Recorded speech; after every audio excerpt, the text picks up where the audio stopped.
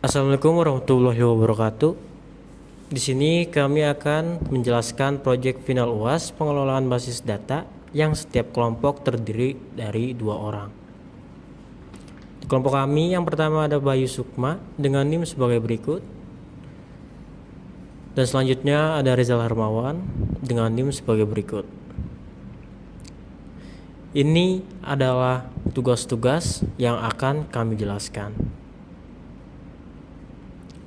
Oke, langsung saja. Kami di sini mengambil studi kasus toko spare part mobil. Toko spare part mobil adalah suatu studi kasus yang menggambarkan proses bisnis dari sebuah toko yang menjual berbagai jenis suku cadang mobil. Dalam konteks basis data, studi ini mencakup yang pertama ada relasi antar entitas, yaitu setiap transaksi dilakukan oleh satu pelanggan dan bisa melibatkan banyak spare part. Yang kedua ada entitas utama. Yang pertama dari entitas utama yaitu spare part atau produk, yaitu menyimpan informasi tentang nama, kode, harga, stok, dan merek suku cadang.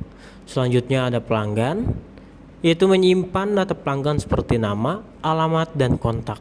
Selanjutnya ada transaksi atau penjualan, yaitu mencatat pembelian spare part oleh pelanggan termasuk tanggal, jumlah, dan total harga.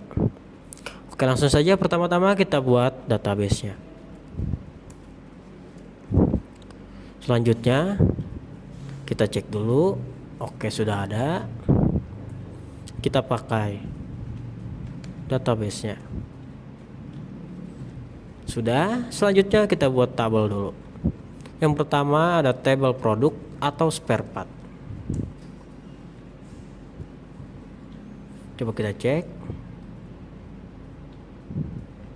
Oke, sudah ada.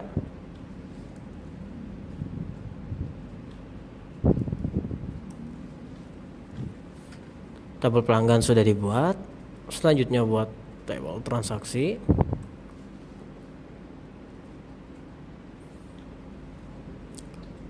Buat juga tabel detail transaksi.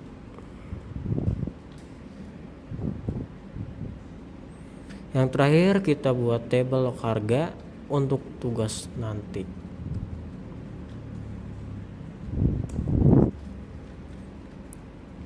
Selanjutnya kita buat data table atau sampel data untuk tabel produk.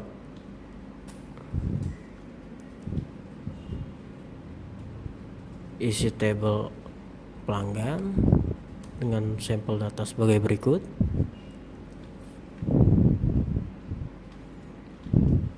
Isi juga tabel transaksi. Dan terakhir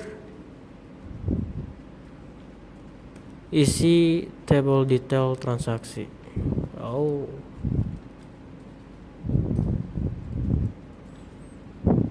Kita cek. Oke, sudah ada.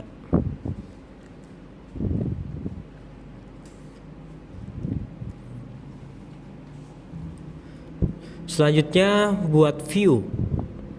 Yang pertama kita buat view yang bisa diakses oleh siapapun.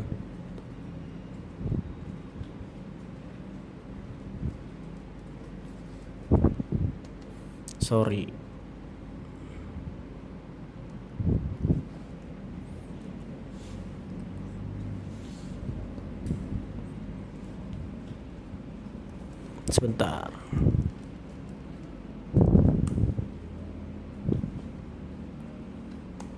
Oke, sudah dibuat. Kita lihat dulu view yang tadi kita buat. Oke, hasilnya sudah ada. Dan selanjutnya kita akan membuat view yang hanya bisa diakses oleh user tertentu.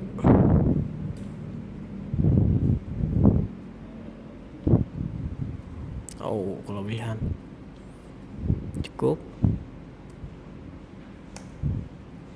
View-nya sudah dibuat dengan nama view transaksi lengkap. Kita lihat dulu hasil dari view yang tadi dibuat. Oke, sudah ada. Nah, selanjutnya kita akan membuat user yang hanya bisa mengakses view transaksi lengkap. Di sini kita buat usernya dengan nama user 2 dan passwordnya juga user 2 juga.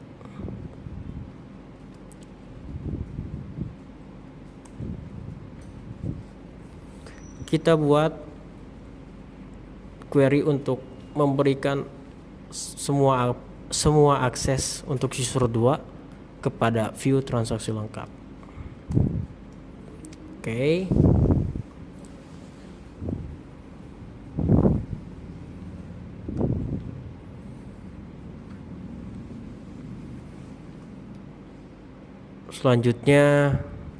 Selanjutnya akan dijelaskan oleh Bayu.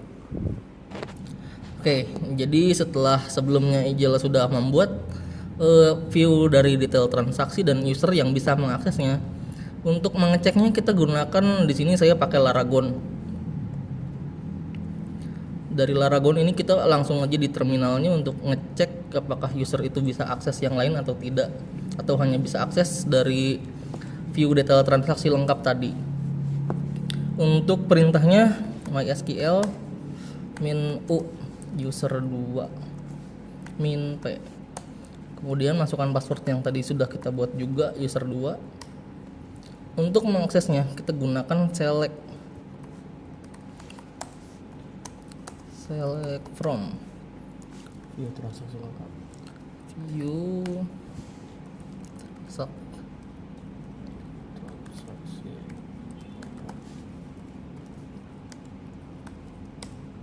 Oops, nama database-nya belum di use, sorry.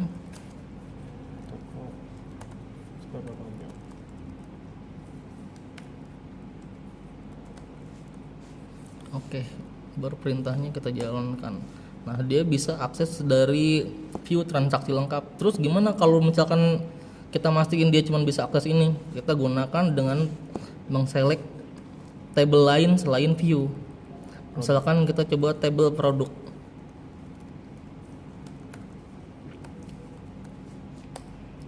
Nah, akan ada error karena aksesnya di denied. User 2 tidak punya akses untuk mengakses table produk. Jadi dia hanya bisa select dari view transaksi lengkapnya aja. Kira-kira begitu. Oke, mari kita lanjut. Ini disilang dulu. Kemudian di sini kita bisa bikin trigger. Trigger ini gunanya untuk cek stok sebelum pelanggan insert. Karena di sini juga ada validasi, misalkan stoknya tidak mencukupi, user nggak akan bisa transaksi di table ini. Oke, langsung aja. Untuk triggernya sudah berhasil dibuat. Kita coba insert data, misalkan kita sebelumnya udah punya detail transaksi di ini ya, di table-table sebelumnya. Ini kita tambah transaksi baru. Ini melebihi jumlah stok yang ada. Misalkan kita cek dulu di detail transaksi.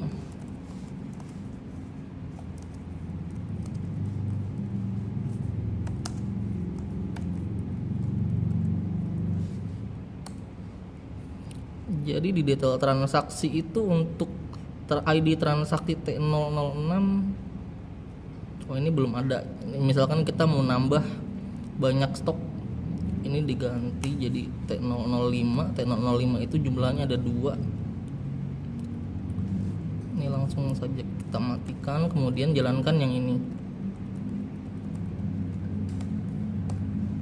Ini akan ada error, stok tidak mencukupi untuk produk ini. Karena di tabel produknya itu hanya ada stok kurang dari yang diminta sama si pelanggannya. Kemudian kita buat trigger untuk melihat log perubahan harganya. Harga akan dicatat apabila harga oldnya tidak sama dengan harga baru. Kita coba. Ini sudah kita berhasil buat triggernya. Untuk ngeceknya kita gunakan update produk.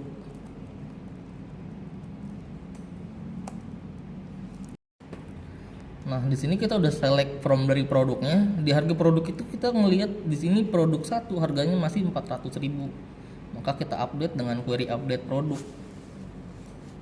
Enter.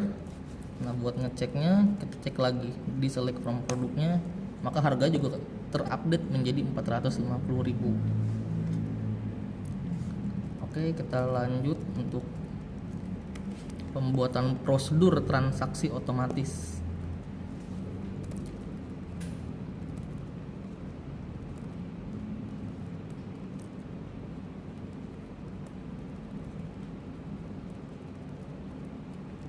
Oke. Nah, di sini di transaksi otomatis ini ada validasi juga ya. Validasi stok sama seperti yang sebelumnya. Cuman agak berbeda untuk pemanggilan untuk pengecekannya. Pengecekannya di sini kita menggunakan call tambah transaksi sesuai dengan prosedur yang sudah kita buat tadi. Nah, di sini sudah terlihat tambah transaksi otomatisnya berhasil ya. Oke, kita coba cek. Tadi PL01 PRD32 nomor 6 ya berhasil. Sebelumnya nomor 6 memang tidak ada. Jadi ini ada, kita nambah transaksi baru.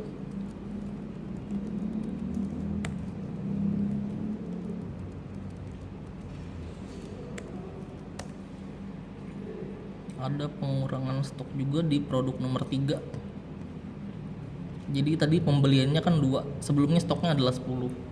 Jadi transaksinya secara otomatis dia ngurangin stok yang ada di tabel produk. Oke, lanjut kita buat prosedur untuk ringkasan penjualan.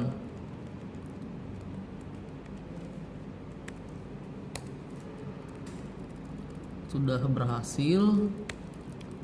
Kita coba panggil ringkasan penjualannya dengan query call. Oke, ini juga berhasil ya. Kita lihat di sini jumlah transaksi keseluruhannya ada 6 transaksi dengan total penjualannya sekitar 4.450.000. Oke, selanjutnya kita coba bikin admin. User admin di sini bisa mengakses keseluruhan dari database toko spare part mobil ini. Dan kemudian kita buat sebagai pembanding user 1. User 1 itu nanti dia hanya bisa select dari database toko spare part mobil ini. Cuman berbeda dengan user 2 sebelumnya. Di sini user 1 dia bisa mengakses untuk tabel-tabel lain seperti tabel produk, pelanggan atau transaksi.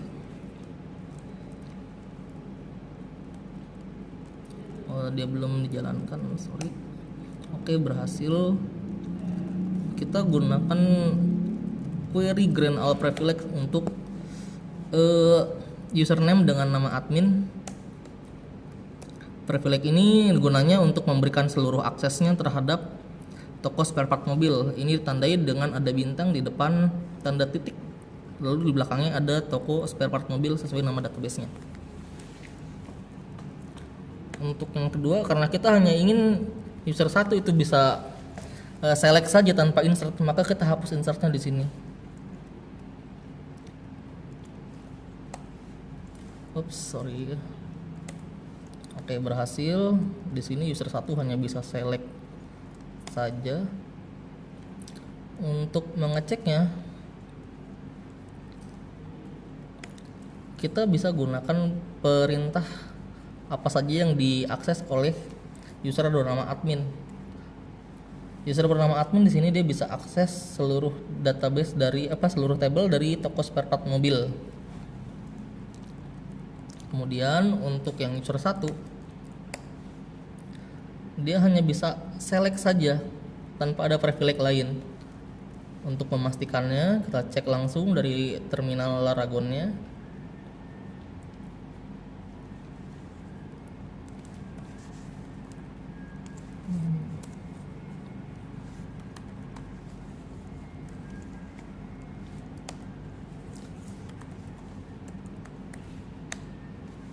Oke, use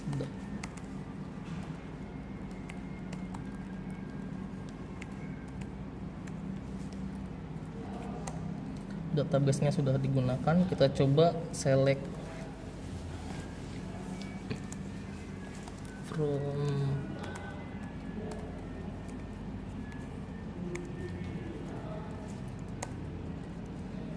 Nah, di sini bisa terlihat ya, dia bisa select produk dari tabel manapun.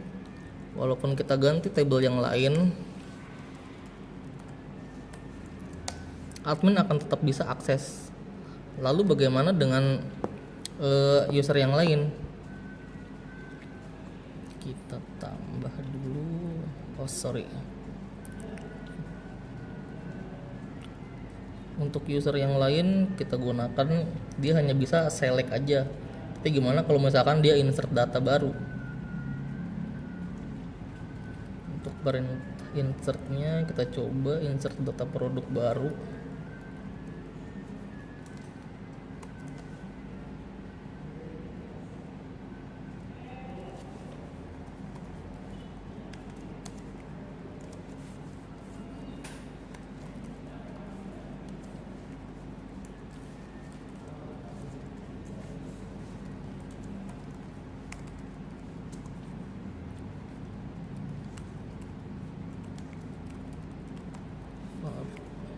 Mobil. Oke, kita coba dia select, harusnya bisa.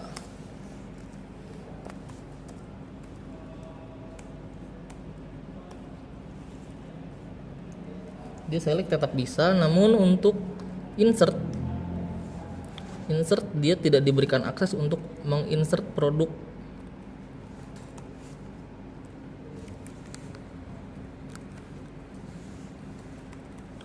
Oke, karena sebelumnya kita sudah punya dengan ID produk yang PRD1, kita ganti menjadi PRD, misalkan PRD 10. Lalu nama produknya kita ganti misalkan ban, dengan jumlah yang sama dan harga yang sama. Kita coba insert. Di sini akan gagal karena user 1 tidak diberikan akses ke tabel produk untuk menginsert data baru ataupun menghapusnya. Jadi kira-kira begitu ya untuk pembuatan tugas final akhir pengelolaan basis data ini. Kami dari Bayu Sukma dan Rizal Hermawan mengucapkan banyak terima kasih dan mohon maaf bila ada salah kata.